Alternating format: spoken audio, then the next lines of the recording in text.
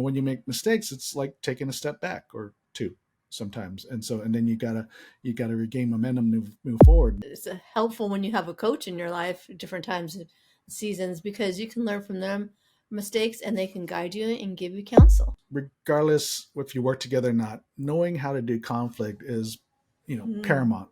Thriving in Tandem. It's a podcast for you, the married entrepreneur that wants to win in business and marriage at the same time. Welcome to Thriving in Tandem.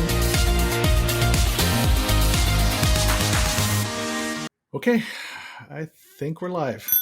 Let's hope this works. Are you thinking? Are you thinking? Are you sure? Are you? Well, technology sometimes you gotta love it when it works, and so we've been trying to sort out some new cameras and stuff like that, and I don't know. Anyways, it'll all work out, right? So, but that's not what you want to hear. Today's episode, honey, is about navigating the pitfalls of working with your spouse. And so ask me what you just asked me right before we went live. Are there pitfalls? Are you trying to tell me something, honey? There can be pitfalls, honey. I didn't say there's pitfalls working with you. I said there can be pitfalls working with you. So careful on how you say that. Okay, you listening, you know what I'm saying, right? You know what I'm getting at is, working with your spouse can be both the best thing that can happen in your life or the worst, depending on how you navigate and how you deal with it. And so depends on your response to me. We're going to talk about avoiding the top mistakes married entrepreneurs make when they work together. Yes, okay? Take it from us. So this is things we've learned from. This is a positive episode, I hope. Yes, and we are going to share, some of our own experiences and the pitfalls that we stepped on or stepped into. Or I've seen our clients have as well, too. Yeah, and so, of course, from our own experience is how we can help our clients because we can empathize with those issues. What we've right? done. Yeah, don't do this. So, in fact, I have my young entrepreneurs little group, my coffee group, meet once a month. And when I first met with them, I said, don't necessarily ask me like the things to do, whether it's for business and investing and stuff like that, but ask me the mistakes that I made. Yeah, I think that's a good question to tell them to ask you because there's been a lot of mistakes we made. Learn from us. And because I was always one of those guys that I wanted to learn from other people's mistakes. I feel the same way for myself. Because I don't want to make those mistakes, right? and it doesn't hurt as bad when you learn from somebody else's. When you can avoid those mistakes, your trajectory in life and business, investing, whatever the case may be, is a little bit smoother, and you excel faster and better because when you make mistakes, it's like taking a step back or two sometimes. And then you gotta regain momentum, move forward. And so when you can learn from other people's mistakes, what better? Well, and I think that too is it's helpful when you have a coach in your life at different times and seasons because you can learn from them mistakes and they can guide you and give you counsel. Yeah. And so we're going to talk about those top mistakes. I think we kind of narrowed it down to 5, and there's so many things you can talk about, but we picked 5 because right before we went on air, my lovely wife says, "Oh, I've got other thoughts." And because I'm sure we have more than 5 in our whole marriage. Yes, but we only have 30 minutes, honey. We only have 30 minutes. So we narrowed it down to 5. And, one of the big things, I guess the number one thing that we're not going to cover is, regardless if you work together or not, knowing how to do conflict is, paramount. Whether, and we're not going to cover that in here, but you can go back to episode 142, which was one of our anniversary specials, and we talked about that, about how we've navigated conflict, and that's just a key tool you need to have regardless, because it's going to be very important when you make one of these mistakes to try and get out of it. Because maybe you've already made this mistake and you might be in the midst of it. And so trying to navigate out of it, knowing how to do conflict and conflict resolution is going to be very important to do that, right? Well, and it's something you can use for your whole life. Yeah. And so let's Relationships. dig into this. Number one, one of the top mistakes married entrepreneurs make is that as the owner of the business, quote unquote owner, because we're both owners, but the one that starts it, usually on paper, is the owner, the primary owner, primary shareholder. Um, they want their spouse to work with them, or whatever. They come up with they discuss the fact that, hey, maybe you should help in the business because it'll really help and all that. And the top mistake they make is they just plug that spouse that's going to help support the business, just put them in a seat, like just to fill a seat. So they have an opening. It's usually something in administration or operations, maybe even bookkeeping. I hear that a lot. Bookkeeping, right, honey? We heard that a Yes, lot. we've gone through that. Been there, done that. And because it's cheaper to hire your spouse, we just put them in a position just because we have an empty seat, right? And that's the top mistake we see. Yeah, that kind of came back to bite you good. Yeah. Both So, of us, actually. yep. So what happened, honey? Well, you needed someone, we needed a bookkeeper. And so you're like, honey, you think you can do this? And I thought, huh, I guess I can do it. It's not really my thing, but I thought, I'll give it a try. And so you would ask me, honey, did you update the QuickBooks? And I'd say no. And you're like, well, why not? And I said, I just haven't got around to it. And then you would get frustrated because I haven't done it. So then I would get on it. And for me, it's quite complicated. I'm more of the creative type. So I'd get on it when I could. And then you would go look at it and you're like, oh my gosh, all this stuff is in the wrong place. This is so unorganized, and you had to go redo it. And then you got mad. And then I could get upset with you. I got triggered because I thought, I'm doing this out of the kindness of my heart. It's not something I really wanted to do, but you're upset. I feel like you're being critical. So then I'm triggered, and then I trigger you because I'm upset with you that you're making me do something I don't want to do. And you're like, why can't it be perfect? I need this perfect. There's no room for color in between. No river color. Well, you can, you can highlight things. But so it has to be precise. It can't be. Yes, when you're dealing with finances, you do need to be precise. We can't just guess or be close or whatever. So yeah, that was a top mistake. That was a mistake that I made, or we made, or I made. You agreed. So that was a Yeah, I mistake on did. your part too.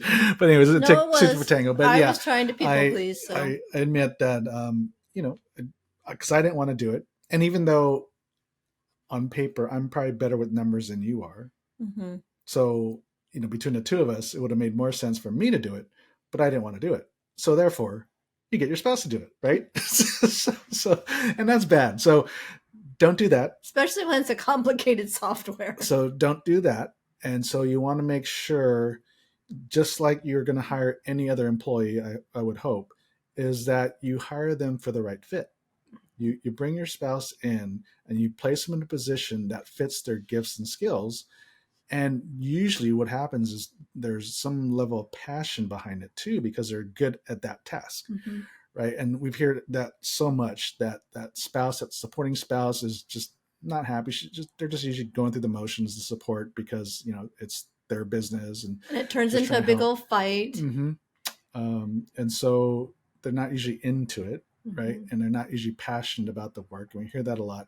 But it's so amazing once we're able to assess what their gifts and abilities are and what they really enjoy, the type of work they enjoy, and then you match it up to a position within the business.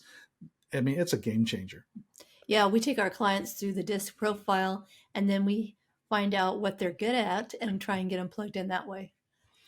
Yeah. And so don't just put them in a seat, but really assess their gifts and plug them in the right seat. Like, so for now, or right now, I put Kaylee, she's our chief, like kind of almost like a salesperson, because she can make friends with anybody. And so therefore, that's a gift she has.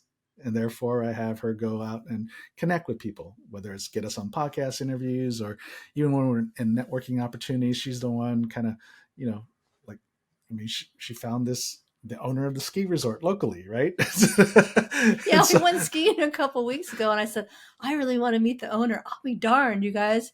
We went to his restaurant after we went skiing, and he was there, and I met him, and I didn't even know who he was. yeah, so there you go. I would have just sat there and ate my meal, but Miss Extrovert here, she's going to go make friends, and so hey, I just go along for the ride. It's great. It works out, and so that's mistake number one. Just don't just fill a seat. Don't put your spouse just to fill a seat.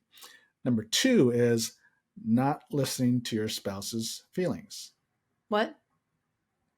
Yeah. No, that's not listening. It's feelings. No, that's both. Yeah. Oh, yeah. Yeah. Not listening to your spouse's feelings. Yeah, the feelings part. So again, I have to admit, even before we started our business, where we're getting into some real estate investing, and this is before we got married, and I invested into this fourplex, and Kaylee, I ran the numbers. I said, "Oh, this makes sense. This is going to be, it'll cash flow really well, and it's a great neighborhood, or well, not a great neighborhood. The neighborhood is actually pretty iffy, but the price was good, and the cash flow on paper was good. But Kaylee said, I don't have a good feeling about it, and of course, I didn't listen because, well, I go by the numbers. I Mm-hmm. just said that I'm better with numbers than she is, and turns out she was right. It was a disaster. We ended up having to short sell it and lost a bunch of money. So that hurt. hurt a lot. And I think one other time something similar happened. So, I like to say that I learned from my mistakes. And this time probably took me a couple times, but finally realized that I probably should listen to my spouse's feelings, because now this is different from emotions, which you don't want to make business decisions on based on your emotions. Feelings are a little bit different, right? Feelings are more like an intuition, discernment, whatever you name it, but I think you get it. Like a gut Where, feeling. yeah, it's that gut feeling, that gut intuition.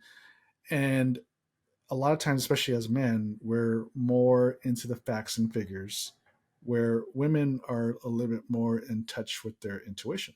And it's Right? not something you can describe or explain or prove. Yeah, and so and because of that, especially as, generalizing here, but as men that want to have proof, right? That it's easy to discount your spouse's feelings about a situation, and especially when maybe they're not, you know, actively involved in the business or investment or whatever. So even if your spouse isn't working actively in the business, doesn't mean she or he doesn't have some valuable input based on what their feelings or their intuition or their instincts would say, Mm-hmm. right? Well, and I think that could be a good thing to have fresh eyes and sometimes have a second opinion about things. Then hopefully you'll relook at it and rethink it. Yeah. And so I've learned, got to check in with Kaylee's feelings. Now, I talked about this is different from emotions, where you don't want to make business decisions and financial decisions based on emotions, because those can steer you the wrong way.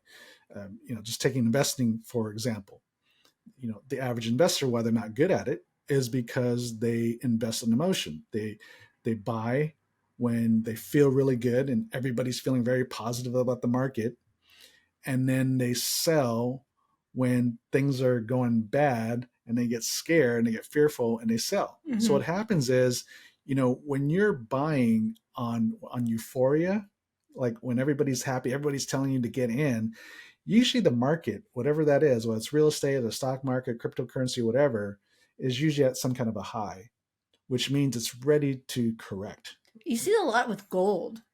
Every Yeah. once in a while, gold will go high, and everyone's like, "You got to buy it! You got to buy it! You got to buy it!" Because it's so high, and then people buy in, and then it takes a turn.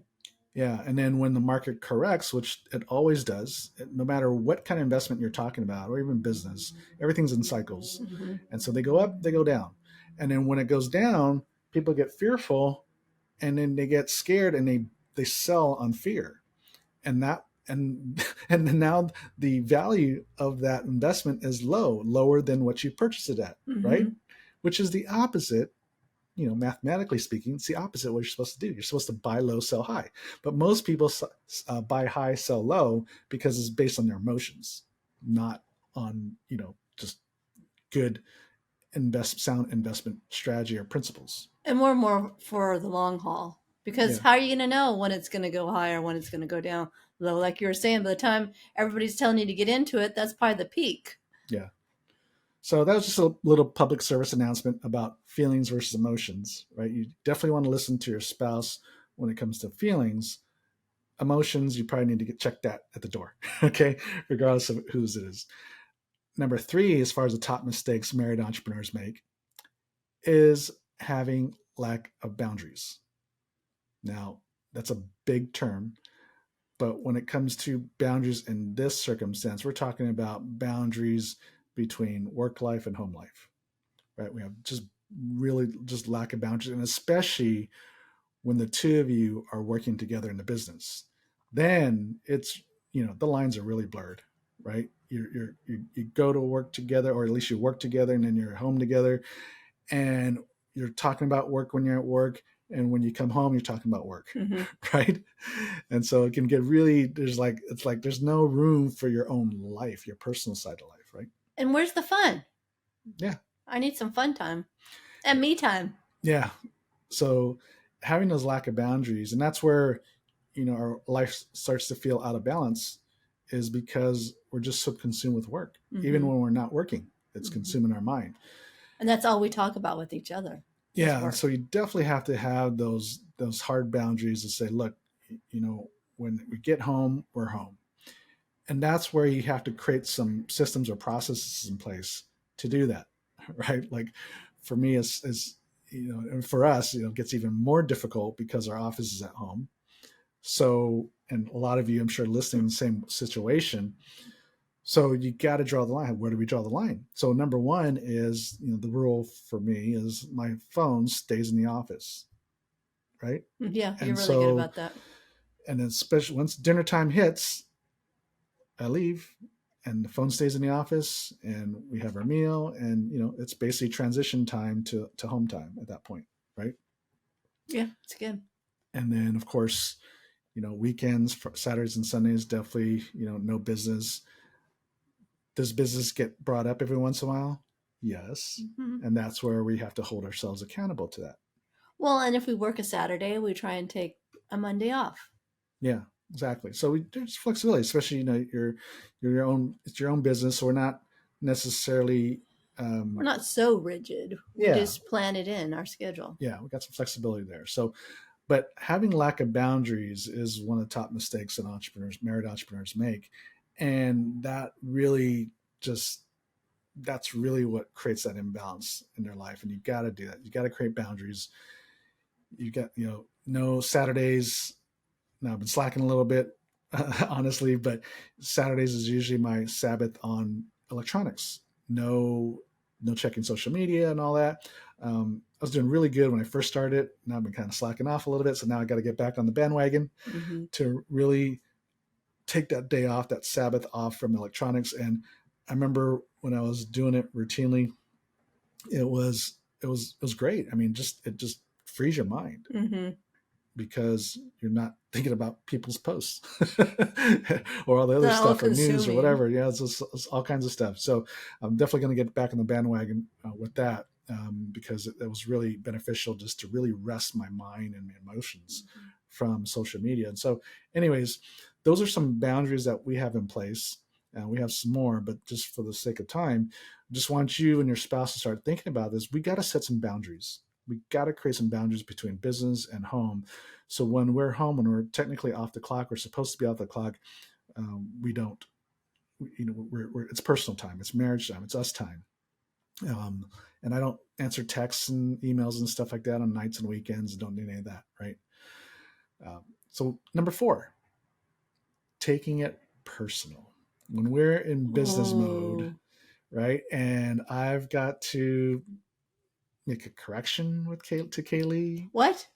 What are you talking about? Corrections? Or, something to do with business, and she takes it personal. Has it happened? It's happened less lately, but yes, it has happened. So, and it goes both ways. Like she says something to me and I take it personal. It's so easy. Like if she or her and I, if we were just business colleagues, work colleagues, these things probably wouldn't happen, right? But you say the same things to your spouse that you would say to maybe an employee or maybe a business colleague. It's all of a sudden now it takes it to a personal level, and then there's conflict. Mm-hmm. And then it flows back into your business and your marriage life, and it's just Mm-hmm. a vicious cycle. Right. So it goes back to the boundaries thing, right? It's like Mm-hmm. we don't know when it's business time or if I'm talking to you as a husband or You know a which business hat to colleague, put on. right? And so that's where, and that's why the boundaries part that we talked Mm-hmm. about earlier is helpful towards really kind of starting out. Not say compartmentalize is not a good word, but knowing when you're in business mode versus home and marriage mode, Mm-hmm. right? And so there's a lot of things that just need to be said when you're in business, but you gotta. And it also has to learn how to also communicate those things to make sure that you don't take it personal. Like we've talked about in past episodes about setting, prefacing what I'm about to say Mm-hmm. to kind of give you a little bit of a heads up or warning. Hey, this might sting, but this is a business issue that we really need to talk about. It's not, I'm not being critical of you as a person or as my wife, but this is a business issue that we need to talk about. Well, and that too, I think it's important. You got to make sure the person is in a right place to have that conversation. They're not in the middle of something else or their mind's on something else. And then it's easy to get offended, I think, Yeah, when you're already upset. and Sometimes it just takes a little thing. And uh, where it's good to ask, is now a good time to talk with you? I know, like, sometimes I need to talk with you. And, and if I don't preface it that, and I just come in and say, oh, honey, I need help with all this, and you're writing all this content, and then you say, something I don't want to hear, I get my feelings hurt. Like, oh my gosh, you didn't stop everything and help me. You know what I mean? This is more important than what yeah, you're doing. yeah, and that's just a good tip, regardless of if you're in business mode or not, is asking for permission. Is this a good time? Right? Because even when you're at home, a lot of times we're in the middle of something, and you interrupt your spouse with something that's important for you. It's always important for me, honey. Yes. But you catch your spouse in the middle of something, their mind's in something else. Mm-hmm. And so it's easy for them to get frustrated at you because their mind's on something else. And then here you are coming in to interrupt them and saying, I'm important and this, we need to talk about this, right? Right, You have a right question. now. And so, I got my feelings hurt because you didn't stop everything. yeah. And so that's where things can get really personal. And so, yeah, I think prefacing it, hey, this might sting, but it's not meant to be critical, but something we need to talk about. Or like as you brought up, honey, is to ask for permission. Is this a good time? Because especially if you have a feeling that it could be a little bit of a hot button, Mm-hmm. right? That we know each other, right? So there's certain topics that you feel it might be an issue, and so you it's good to check in and say, hey, I've got something to talk about. It, you might take offense or whatever. Is this a good time to talk about it, Mm-hmm. kind of thing? And if it's not a good time, then you got to set a date and time to talk about it, Mm-hmm. right? We don't just sweep it under the rug and hope you forget about it, because especially if you're coming to me and you're already telling me, oh, this might sting. I don't want to talk about it now, right? So I'll just say later. Let's talk about it later. But no, that's not good. You Mm-hmm. can't leave your spouse hanging. So we got to set a date and time to talk about it. And I just want to say the other thing is ask clarifying questions. Sometimes I get my feelings hurt, and then later find out that is not what you said or not how you meant it. Yeah. And last, but definitely not least, because there's more, but you want to narrow down to 5, right? The top 5 mistakes married entrepreneurs make when working together. Number 5 is just not having regularly dedicated time to meet and discuss both personal and business issues. So no regular meetings. You have to have regular meetings that's dedicated to talking about things, syncing calendars and making sure you're on the same page and addressing these issues that maybe you can't address during the week or you haven't addressed during the week, but we got to talk about it. And so we got to have those regular meetings. And for us, if you've been listening to us for any length of time, or you've read our book, Tandem, The Married Entrepreneur's Guide for Greater Work-Life Balance, we have our regular weekly meetings Mondays at 3:30 Pacific time. And we make that a priority. It's a boundary. Like if you call us at that time or want to have a meeting, we already have it scheduled, pre-scheduled on our calendars. So that's not going to happen. And it really helps a lot. We talk about finances, which can really ease my, make me feel more comfortable because I know where we're at with things, what to expect. Is Robert going to be working like super hard the next 3 weeks? And then he's going to like take me on a date night when he's done? Like things to look forward to. Yeah, Costco hot dog and a Coke. There you go.